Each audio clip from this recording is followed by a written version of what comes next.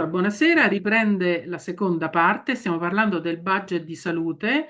Il budget di salute è uno strumento che verrà utilizzato, è stato introdotto dalla DGR 1364 del 2024 qui nel Veneto, però abbiamo visto che delle esperienze analoghe sono state già realizzate nella ULSS 8, che è la ULSS dove opera il dottor Stefano Zanolini, e ci parleranno di questa esperienza Corrado e Giovanni, che appunto piuttosto che andare in una comunità terapeutica hanno trovato una soluzione per la loro, per il loro percorso di riabilitazione in un appartamento. E ora ce ne parleranno. Non so, vuole cominciare a parlare Giovanni, Corrado, forse? A me va bene, perché lei che sta? No. Presentati. Mi chiamo Corrado, ho 60 anni, sono nato a Chiampo Vicenza, ho perso tutti e due i miei genitori in passato e sono rimasto da solo con mio fratello. E adesso da circa 2 anni vivo in un appartamento casa Dadi. Senta Corrado, e come ha cominciato questo percorso, questo progetto riabilitativo? Cos'è successo? Come ha cominciato? Qualcuno gliel'ha proposto? Ha parlato con un Sì, suo sì, mi è psicologo? stato proposto di andare alla CSM di Montecchio Maggiore, Il centro di salute mentale. il centro salute mentale, e lì sono stato curato con dei psicofarmaci, diciamo, Mm. e ho frequentato una volta al mese, andavo a fare dei colloqui con il psichiatra, con i miei genitori, con mio fratello. Il primario era ancora il dottor, adesso non mi sfugge il nome, primario, Mhm. il nome, insomma. E ho sempre frequentato per 10 anni, poi sono stato inserito all'arcobaleno qui ad Arzignano, a casa Job qui ad Arzignano, centro arcobaleno, insomma. E dopo un certo periodo sono stato trasferito in un appartamento, casa Dadi, in appartamento. Senti, ma lei ha fatto anche l'esperienza della comunità terapeutica? Sì. CTRP di Montecchio Maggiore, ho fatto quasi 2 anni Ho e capito. sono andato bene anche là, ho simpatizzato, mi piaceva starci.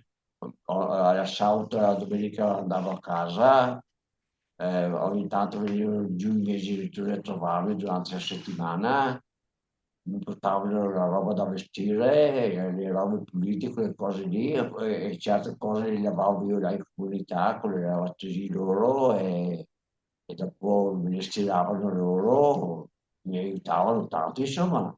E io contribuivo facendo dei lavori in comunità, in CTRP, insomma. Ho capito. Senta, e quindi poi è passato a vivere in questo appartamento insieme a Giovanni, mi sembra, no? E poi c'è anche un'altra. E una ragazza di nome Michela. Siamo in tre Ah, sopra, sono 2 piani. In tre siamo sopra, due ragazze e una ragazza. In tre sono sotto, al primo piano, con altri due ragazzi e un'altra ragazza. senti, quali sono le difficoltà nella convivenza? Quali sono gli elementi che Ma sono- per la verità non mi sembra che ci siano difficoltà. ma non lo so, Ogni la tanto, pulizia dei locali, non so, chi fa che cosa, con beh, una persona che è più disordinata. abbiamo un planning, ci dividiamo i lavori, Avete un planning, ho E capito. dividiamo i lavori, un colpo faccio io il bagno, un giorno fa lui la cucina. un colpo faccio io le scale, un colpo le fa lui, perché ci sono le scale da fare, prima le spaziamo, poi le laviamo. Io cucino, lui lava i piatti. Ma Una volta mangiate sempre tutti insieme oppure siete... le tre assieme, Ah, quindi sono tre persone che stanno insieme e hanno la cucina insieme e poi ci sono altre tre persone che stanno... al piano di sotto. Ah, ho capito, sono due appartamenti, insomma, che sono abbastanza indipendenti. 2 piani sono, sì.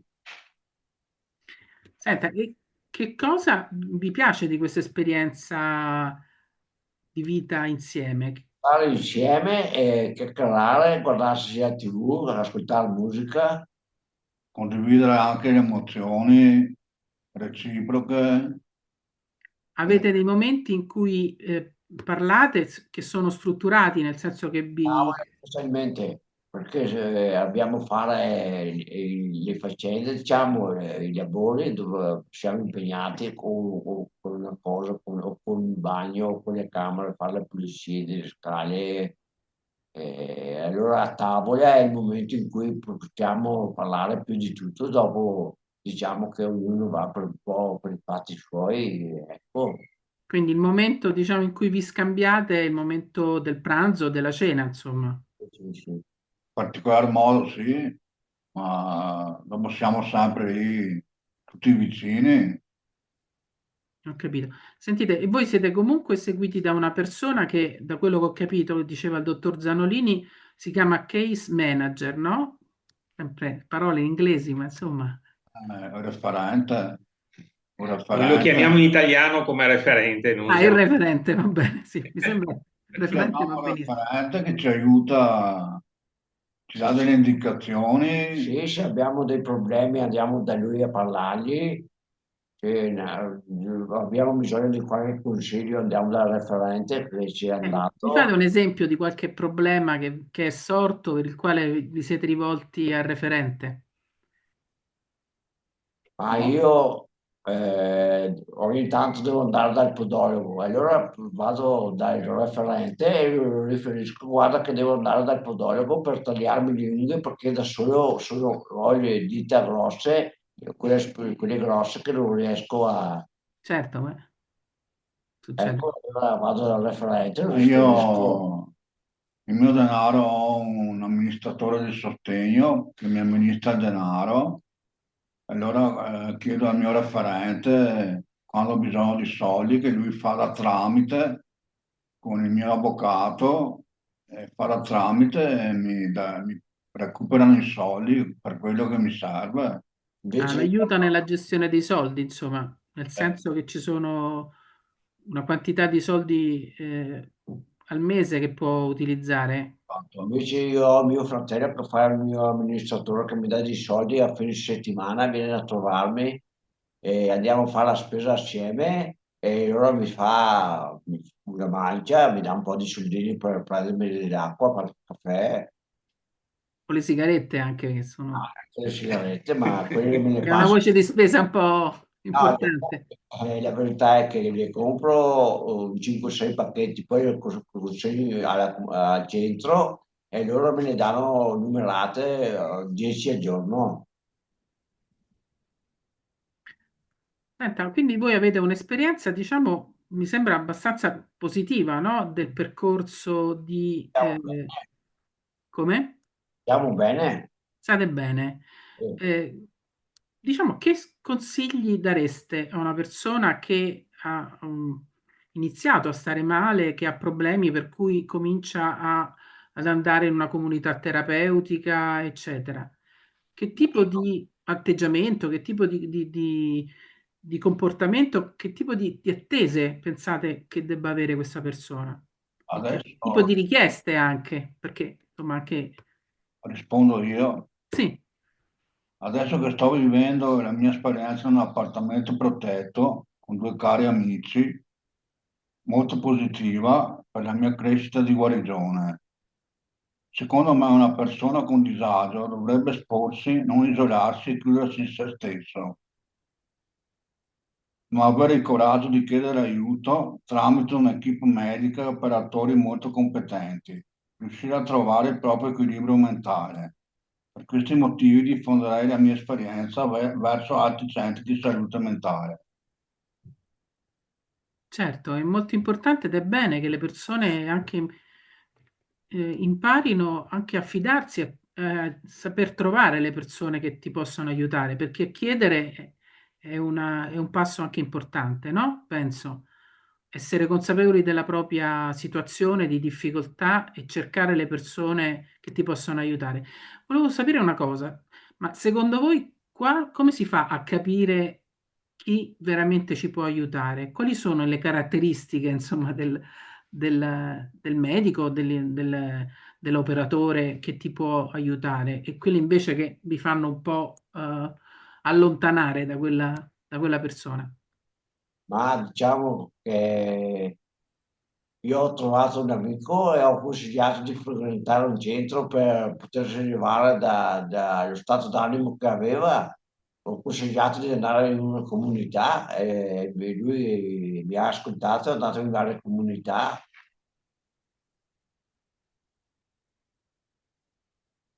Giovanni, tu cosa ne pensi degli operatori che si occupano di questi progetti? Operatori che si occupano di questi progetti sono operatori che secondo me ci tengono al proprio lavoro come una missione, più che una missione è qualcosa che hanno dentro, eh, che hanno dentro a tal punto che oltre che operatori diventano nostri amici più che operatori. Nasce anche un senso di amicizia tra di noi. Certo, questo è molto importante perché ci deve essere un rapporto di rispetto e di fiducia, no? Che è fondamentale per riuscire poi a fare un percorso che ti aiuti a vivere nella vita di tutti i giorni, che ha delle grosse difficoltà, insomma, perché vivere a contatto con la realtà di tutti i giorni significa anche essere sottoposti a degli stress importanti, no? Immagino. Va bene, sentite, io vi ringrazio per eh, questo vostro contributo, ma ci sono anche dei momenti di disaccordo che voi avete. Come li risolvete? Perché quelli ce li abbiamo tutti in tutti i momenti della convivenza. Teniamo il muso, Cosa? teniamo il muso Tenete il muso, insomma, state un po' di cattivo umore per un po' di tempo. e stiamo un giorno senza parlarci. Ah, state un giorno senza parlarvi e poi dopo riprendete a parlare. Passa tutto. Ma questo lo facciamo un po' tutti, devo dire. In tutte le famiglie, no? Eh? Ma poi riuscite ad andare d'accordo a Sì, riprendere? certo, certo. Avete dei modi non so, fate Sì, qualcosa insieme, andate a prendere un gelato, un caffè, ecco, Caffè, ecco. un gelato, iniziamo a giornare assieme, parliamo un po' di tutto.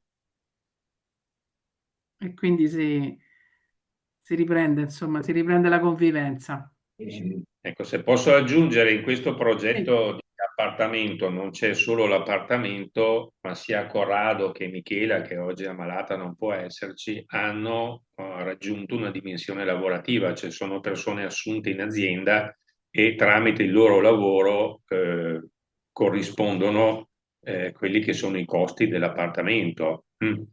Giovanni ha una situazione diversa e quindi è pensionato, ma tutti e tre condividono tutte le spese, nel senso che questo è un vero appartamento di abitare supportato dove non c'è un'integrazione sanitaria se non la presenza dei referenti che fanno da case manager nel progetto. Quindi gli amministratori di sostegno, nel caso di Corrado il fratello, e loro stessi danno tutta la loro, mettono le loro risorse proprio per la realizzazione del loro progetto d'appartamento. Ecco, questo li fa rientrare in quella logica del budget di salute. Certo, nel senso che poi, però se non ci fosse stata questa soluzione, che è una soluzione abitativa, ripeto, Giovanni, Corrado e Michela, no? Mi sembra che salutiamo, se ci ascolta, ci ascolterà via radio, comunque sul canale YouTube, se non fossero riusciti ad abitare tutti insieme, quale sarebbe stato la situazione per Giovanni? Probabile che avremmo avuto grosse difficoltà di metterli dalla comunità terapeutica, perché entrambi, sfortunatamente nel tempo, hanno perso i genitori e non avrebbero soluzioni alternative. Ecco. C'è da dire, e questo E vogliamo anche sottolineare che la comunità terapeutica ha anche dei costi molto più alti. sì. E inoltre c'è da dire che in questo progetto interviene anche la conferenza dei sindaci, perché gli appartamenti, questi due appartamenti che vi hanno descritto, sono dati in comodato d'uso dalla conferenza dei sindaci a Ovest Vicentino, Mm. all'ULS, e quindi loro sostengono tutti i costi alimentari, bollette, eccetera, ma fortunatamente non sostengono l'affitto perché quello è in carico al servizio comunale. Quindi questo va un po' a completare quello che è descritto poi nella delibera 1364 del budget di salute, dove oltre alla famiglia e all'utente anche i servizi sociali e il territorio possono avere una loro funzione di intervento. In questo caso qua ci sono un po' tutti dentro questo progetto, l'ULSO con gli operatori e referenti di sostegno, gli utenti che si danno da fare che col loro lavoro mantengono la loro vita nell'appartamento, i familiari o gli amministratori di sostegno che sostengono la cosa, ma anche i comuni, perché Giovanni, Corrado e Michela sono tre persone che vivono in un appartamento ad Arzignano, ma nessuno dei tre è residente ad Arzignano, sono residenti in tre comuni della Ovest Vicentino diversi, Requaro, Chiampo e Lunigo, però hanno avuto l'opportunità all'interno dell'accordo della conferenza di sindaci di poter occupare un appartamento in Arzignano e questo è un bel esempio secondo me di integrazione territoriale che si vorrebbe raggiungere anche in una serie di tutti gli altri progetti di budget di salute. Senta, abbiamo ancora dei minuti, quindi possiamo spenderli anche per parlare di questo che secondo me è molto interessante, che è il discorso della possibilità dei comuni di consorziarsi. Lei ha parlato appunto della conferenza dei sindaci per supportare progetti di questo tipo, no? Perché poi cosa succede? Che se un comune, anche piccolo, ha una persona che è residente in quel comune e che ha bisogno di andare in una comunità terapeutica perché non ha altre alternative, il comune si trova a sostenere tra l'altro delle spese che non sono basse, perché nel caso in cui la persona non abbia le risorse economiche sufficienti, è il comune stesso che deve sostenerle. Poi, quando invece la persona ha le risorse, c'è tutto un discorso che io non voglio aprire. Abbiamo intervistato, abbiamo parlato con Luana Calabrese qualche anno fa sulla quanto è giusto o meno che queste spese siano a carico della famiglia. Vabbè, insomma, non apriamo quel fronte. Comunque, sicuramente anche i comuni sono interessati, no? Mi sembra che si sta muovendo in questo senso, almeno nella ULS 8, di cercare di creare una rete di solidarietà, diciamo, di mettere insieme le risorse. È così? Questa esperienza da noi è attiva da anni, ma mi pare che si stia evolvendo ormai anche in quasi tutte le altre aziende ULS. Ecco, se posso dare una piccola anticipazione, noi siamo riusciti a rientrare nei progetti del PNRR Missione 5, che si chiamano proprio autonomia abitativa delle persone con Quindi disabilità. i fondi del PNR. I fondi del PNRR ci consentiranno entro febbraio 2026 la ristrutturazione di altri 5 appartamenti, Valdagno, Vagliona e Arzignano, che andranno a integrarsi ai 15 attuali, quindi il nostro obiettivo è di raggiungere i 20 appartamenti di abitare supportato entro il 2026 con i fondi del PNRR comunali, per cui Mi sembra dedicati all'ambito. un bel po' di appartamenti adesso. Avremo Non a so quel se riesco a fare il paragone con Padova, ma insomma, 45 posti letto in appartamenti di abitare supportato, ma questa è una cosa su cui abbiamo lavorato molto con i sindaci, perché sono stati loro che ci hanno dato l'opportunità di far accedere alla salute mentale i fondi del PNRR e questo ci permetterà in futuro di aumentare questo tipo di offerta e questo tipo di progettualità. Ecco, quindi questo è un po' il nostro percorso, ma sicuramente Tommaso e anche altri territori sono già attivi da anni in percorsi di collaborazione con la rete comunale, perché è sempre più evidente che l'integrazione territoriale passa dalla collaborazione con i servizi dei comuni e con i servizi sociali. Sì, se posso integrare. Certo. Allora, il punto centrale lo stiamo toccando adesso del budget di salute, nel senso che, guardi, il lavoro del gruppo di lavoro è partito con una sorta di mappatura di rilevazione di cosa c'era già in Veneto. E in Veneto le esperienze come quella che descriveva Stefano Zanolini, che sono più evolute sicuramente nella 8, ma sono presenti in tutto il Veneto. Tutti noi facciamo queste cose, tutti noi abbiamo appartamenti, meno, tutti noi abbiamo percorsi di integrazione, eccetera. Quindi il Veneto negli ultimi anni si è già mosso in maniera, come dire, parlo della parte sanitaria e salute mentale, per andare a mettere assieme i pezzi, quindi comunità, centri diurni, territorio, e li abbiamo chiamati finora progetti personalizzati. Non abbiamo chiamati budget di salute, ma sono molto simili, per non dire quasi la stessa cosa. L'operazione culturale vera adesso è questa. Adesso abbiamo una delibera che ci dà delle, come dire, delle indicazioni molto stringenti, dei paletti e ci dice come dobbiamo fare e ci dà anche dei finanziamenti sanitari. La vera sfida è culturale, cioè convincere ciascuno nella propria zona, i sindaci. Stefano è più avanti perché è 20 anni che ci lavora.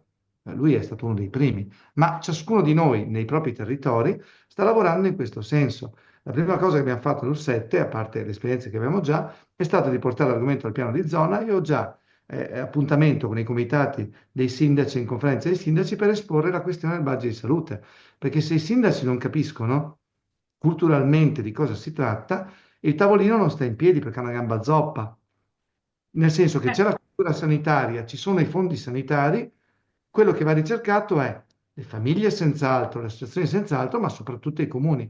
Questa è una fase in cui da una parte faremo anche i regolamenti, ma dall'altra dobbiamo fare a spron battuto informazione forte con i sindaci della delibera, che diventa la pezza giustificativa e chiarificatrice di questa cosa, per far capire loro quanto importante è il loro sostegno nella salute mentale.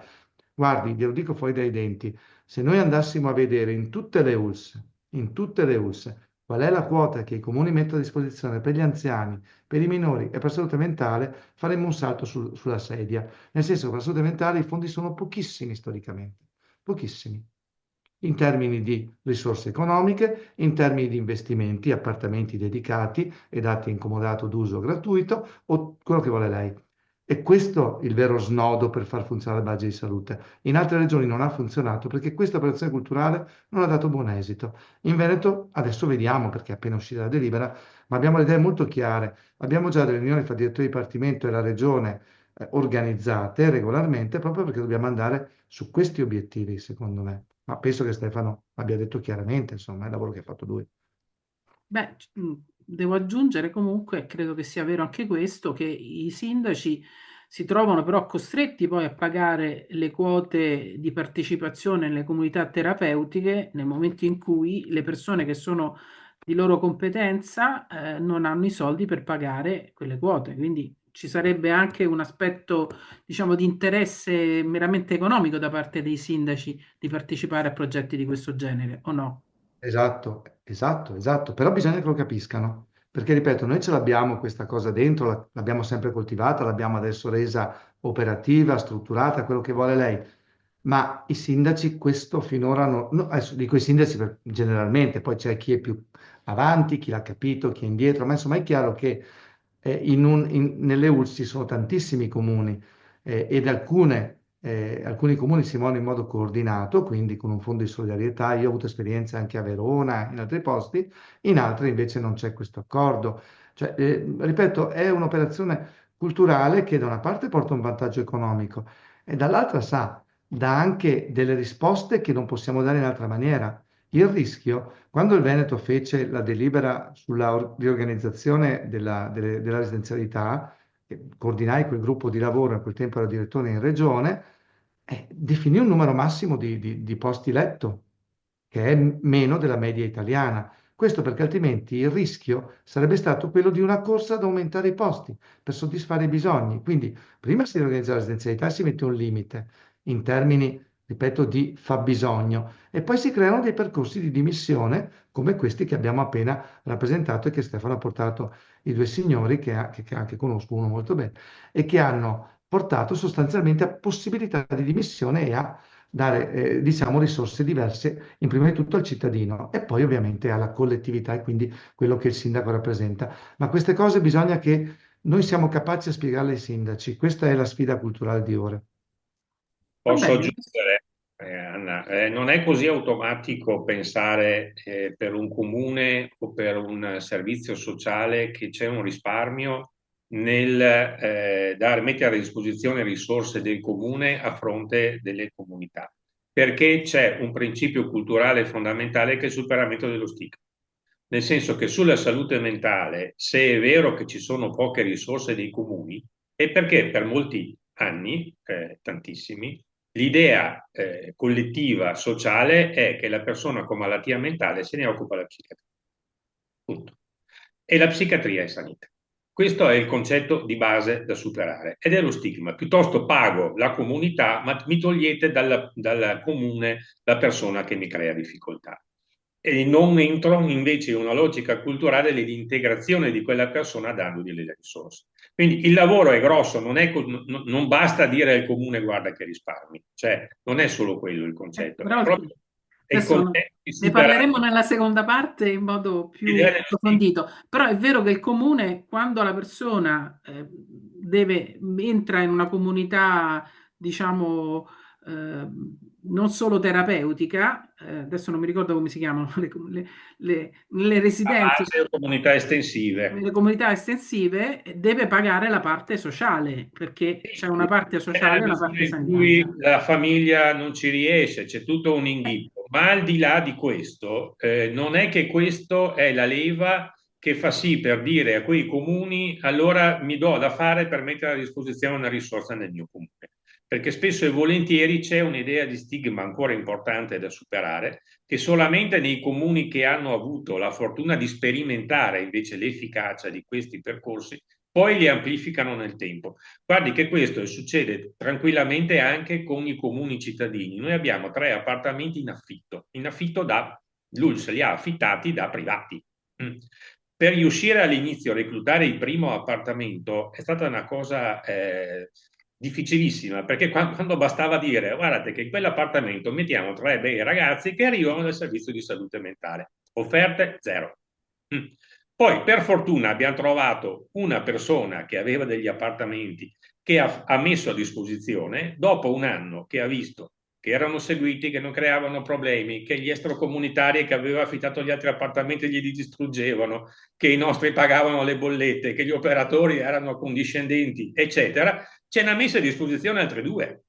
E ha detto, preferisco affittarli a voi che avere invece il punto interrogativo di affittarli a persone che non so come sono. Ma se non fai cultura territoriale su questo, lo stigma ci frega in partenza e questa esperienza è italiana. Antonello La Salvia ha scritto un libro recentemente sul concetto dello stigma culturale rispetto alla malattia mentale. L'ho letto, l'ho Vede letto. questo non solo in Italia, ma anche negli altri paesi europei, anche quelli anglosassoni che teoricamente sarebbero più evoluti del Va nostro. bene. Allora Questa interrompo cosa un attimo perché tanto è riprendiamo questo argomento che secondo me è molto importante, che è quello della riabilitazione e delle possibilità di avere un percorso riabilitativo nel territorio e delle difficoltà che ci sono.